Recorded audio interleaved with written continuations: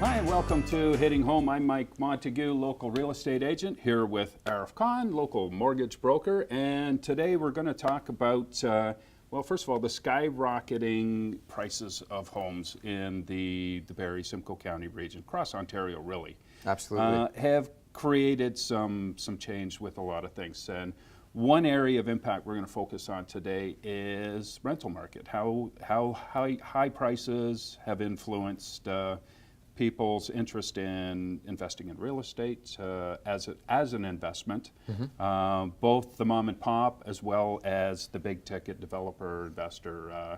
So curious about your thoughts on that and what you've been seeing in the last couple of years as, well, we've seen price increases 15 to 20% in the area in each of the last couple of years. Absolutely. Yes. Absolutely. And I think you're right by using the term how it influences, right? It doesn't mean that people are driving in droves to get into it. It's had an impact. They're and looking I think at that's it through really a different lens, for sure. Certainly. I think one of the things in terms of that we should do is set some context around what an opportunity is.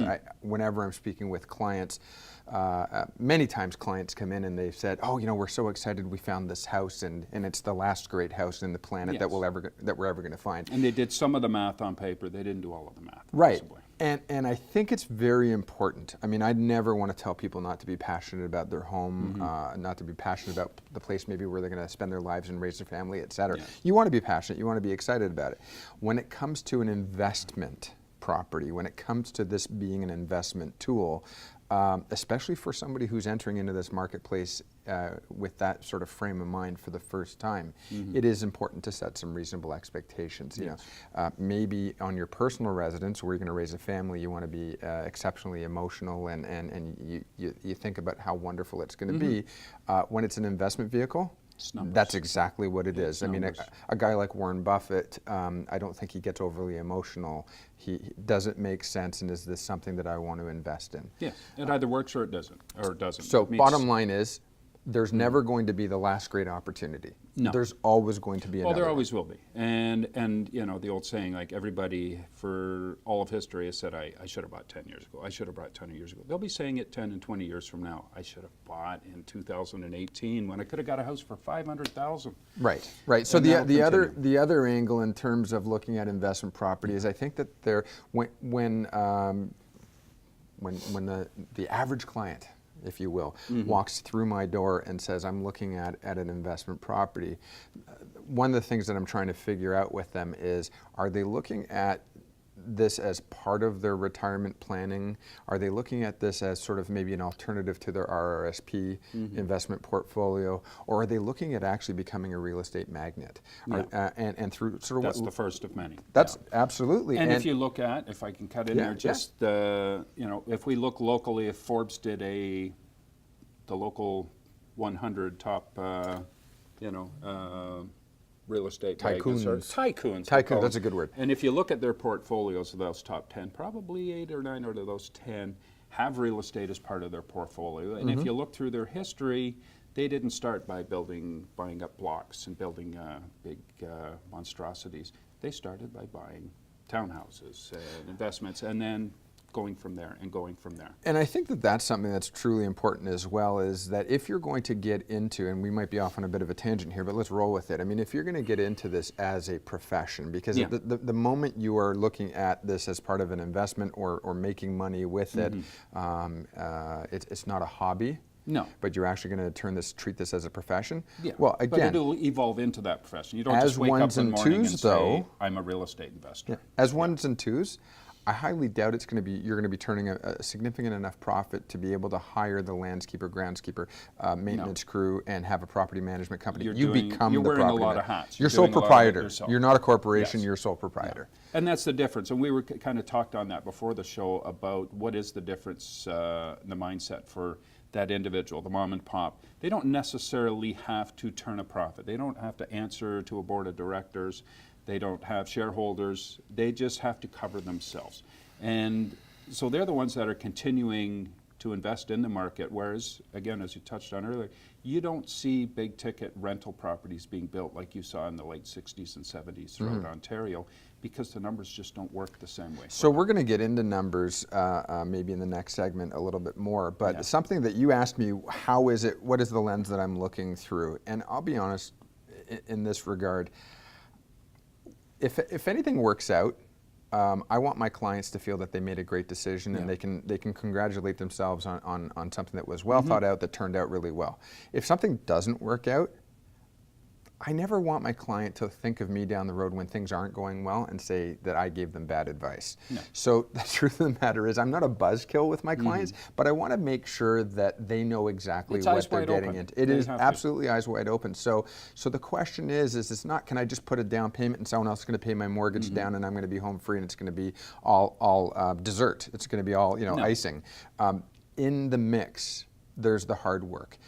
Are you, as my client, prepared to be the plumber? Are you prepared to be the groundskeeper? Are you prepared for possibly the tenant, the nightmare tenant scenario? Well, you have to look at not just the best case scenario when you're making that. You also, like in any business, have to look at that worst case scenario, and can you cover yourself for that amount of time that you may be in that low, where you're trying to get a bad tenant out of the property and you're going to court. Do you have the means to cover yourself for that 6 months to a year that it might take to do that? There's the age-old quote that says, those who fail to plan to fail. And so it's not about being negative. I want to be positive. I want to be optimistic. Real estate is my choice of investment. It is what I look forward to. Who've gotten involved, if you talk to, they'll have their stories of situations and humps they had to get over. Absolutely. But over the long term, most who have done it have said, yeah, it's been rewarding, it's been worthwhile, and financially it's reflective. And you look at the portfolio they built, or even if it's just an individual building, they may have a home that's almost half or 2/3 paid down now, and they've had little or no of their own personal expense. Just their time and effort and due diligence is what they've invested. What I want to look at too is, we started out by saying how with prices going up, how is that impacting on real estate investment? And one area that it has influenced quite a bit that I'm seeing is it's not just the mom and pops who are getting in strictly for investment. There's many who are utilizing the apartment scenarios, their only opportunity to get into a home these days. They're finding duplexes out there. They're going to live in one portion of that duplex, rent out another. So if you find a home that's, say, $5 to $550 that has a duplex in it, your mortgage is going to be around $1,000, $1,500 a month, say, depending on what your down payment is. You're living in one section and you're collecting $1,000 rent from the basement, let's say. You're putting yourself in a pretty good position. It may not be the way you want to live for the next 20 years, but it's certainly setting you up for being able to look back in 5 years and go, okay, we can either sell now, buy the house we really want, or perhaps we just hold on to this property, take some of the equity, buy that dream home that we did want. So it's taking those steps towards something, and people are doing that more and more now. Well, Mike, I think you nailed the point. We've got just under a minute before we go to break here, but I think that that's really a key, is that I've spoken with a number of my clients and said, listen, this first home that you're buying, is it the forever home? Yeah. Or is it your stepping stone? And if it is your stepping stone, then that is absolutely the way to do it. I've spoken with a number of clients and said, listen, if there's an opportunity for a basement, maybe you want to be in that basement for the first 2-3 years. Yes. Rent out the top and build up some equity and let someone else help you out. Because you're right, that difference between rent and owning, it's a very tight margin. The biggest hurdle you'll ever face is just getting in the door on your first purchase. Exactly. Let's pick this up when we get back from the break. Okay.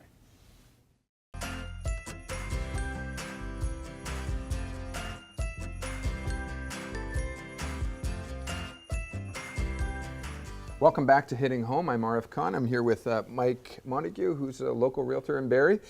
And we were talking about really income properties, investment properties, but where we left off just before the break was a great point that you brought up, which is potentially first-time home buyers utilizing the duplex as an entry towards home ownership. Yeah.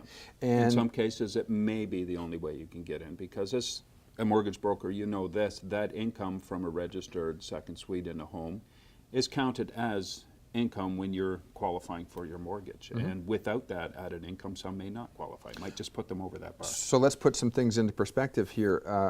It's a little bit tougher to qualify for a mortgage. Some will say it's a difference of 20% in terms of what you were qualifying for before the turn of the year, January 1st, compared to today. So it's a little bit tougher. Housing prices have certainly had upward pressure, and so that same home 5 years ago was possibly half the price that it is today. Yes. And the question is, have our wages kept up? And for most, the answer is really no. No. So how do you make that difference and make up for that difference? And it has to be made up for. Absolutely. Oh, it absolutely has to be made up for. So it is very sound advice to say, let's look if this works for you.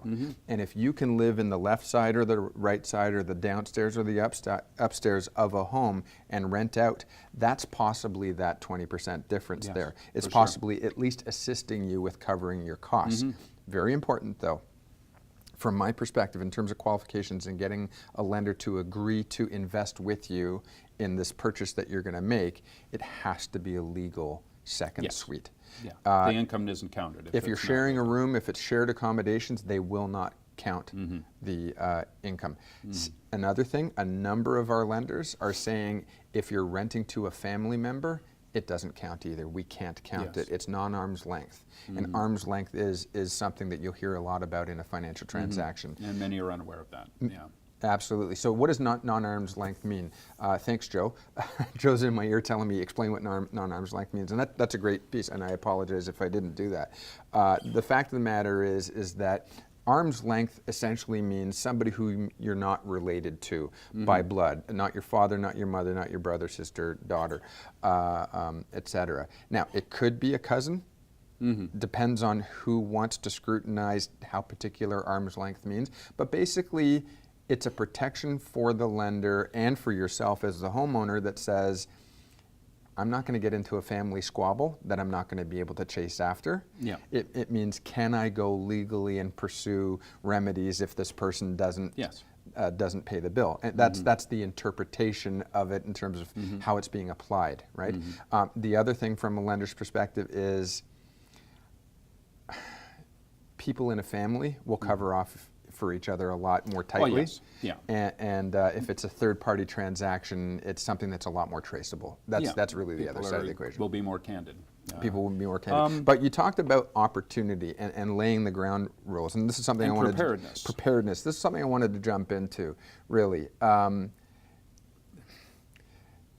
When you look at somebody who was maybe the household names that we talk about locally in town, the people who own, we know a lot of the property managers in town, for example, they made investments 30 years ago.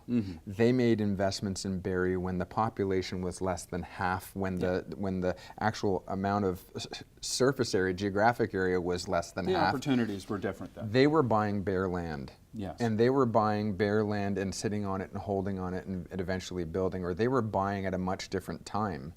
And for many of them, they waited 10 years before really their tipping point, before things really cashed in. Yeah. For somebody to try and jump in at that level, today, you're not buying in Barrie.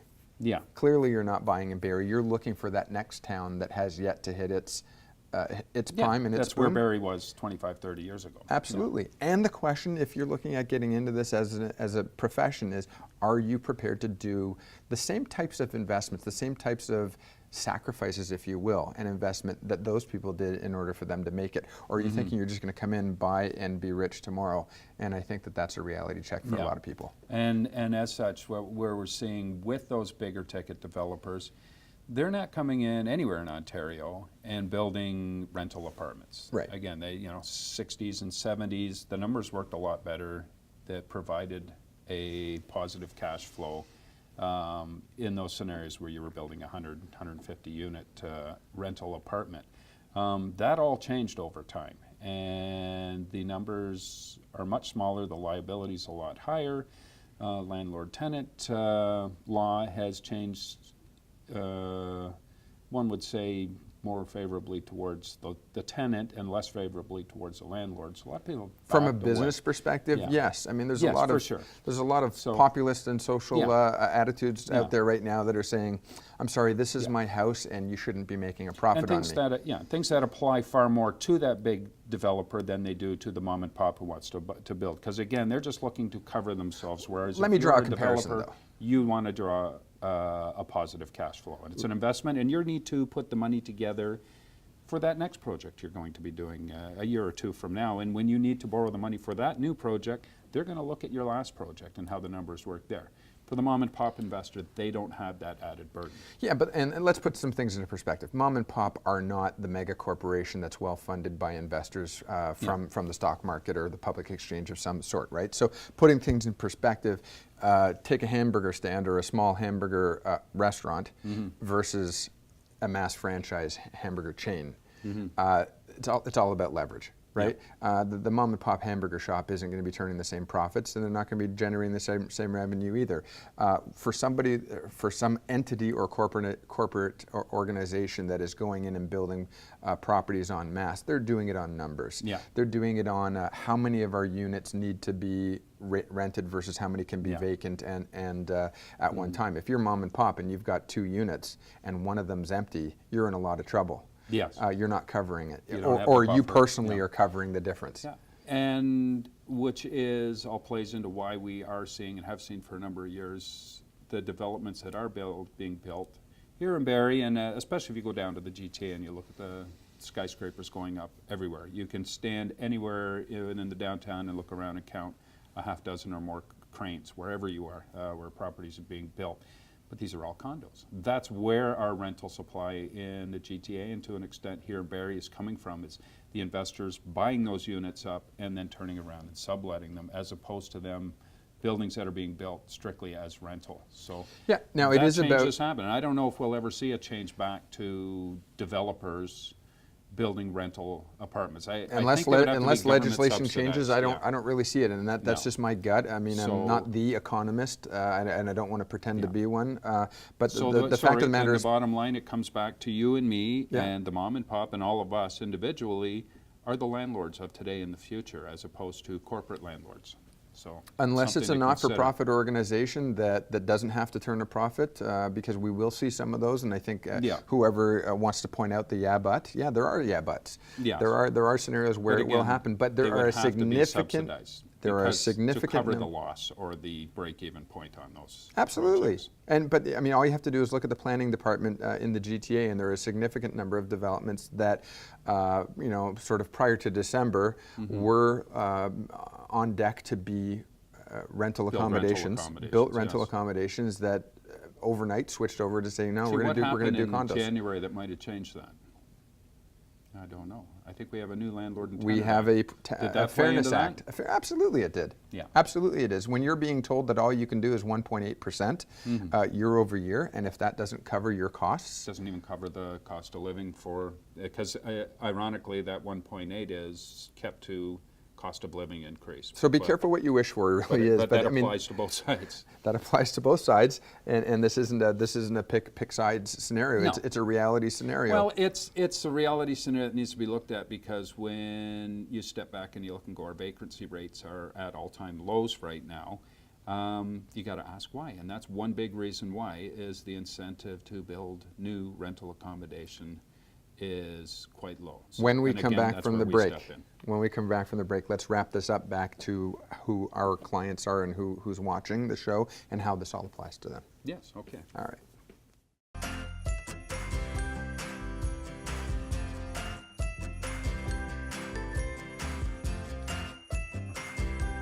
Welcome back to Hitting Home. I'm Arif, that's Mike. We're having some good banter about, I don't know, how to break into the market as an investor. Yep. And really, I think what we got to in the last session was there is a big difference between somebody who's looking to get into home ownership and utilize the tool of perhaps a second suite, Yes. or maybe create a modest and a reasonable and a fair retirement Well, that's it. future planning. It's the end goal. And Yeah. the end goal for the first scenario is you're looking to, top off your retirement fund maybe offset your ongoing cost months to months with that second suite, versus the developer or the investor who's got a whole different scope on it. And as such, they're going to be looking not just at Barrie, if they're living at Barrie or wherever they're living, they're going to be looking with a much broader scope. I just had a at the brainstorm. investment. I just had a brainstorm. Well, let's hear it. Okay. An epiphany. An epiphany. Here's the thing. If you're looking for short-term return, or if you're looking to buy long, that's really what it is. Because if you're buying a single detached, your personal family home, maybe a duplex, maybe a triplex, maybe a smaller sized property, and you're willing to buy long, we already said, in 5 years, prices of homes double. Oh yeah. And if you the sell, longer you're in, the better off you're going to be. Yeah. If you're looking for immediate cash flow, that ones and twos is not going to be, just not where we are. The price that you can command for a single unit, whether it's 1, 2, or 3 bedroom in Barrie, versus the price per door of a unit to actually acquire it and purchase it and the down payment required. Yeah. Right, it's very tight. You're not making money short term. Now the best you can do is cover yourself and hope for maybe $100, $200 left over every month, which you're going to put back in anyways. You're replacing a roof event. Yeah, absolutely. I started in this business in Barrie in 2000, and it was every investor or wannabe investor who called to tell you what they want you to look for them. Look for them. They all threw in, and it's going to have a 10% return on investment, or don't even show it to me.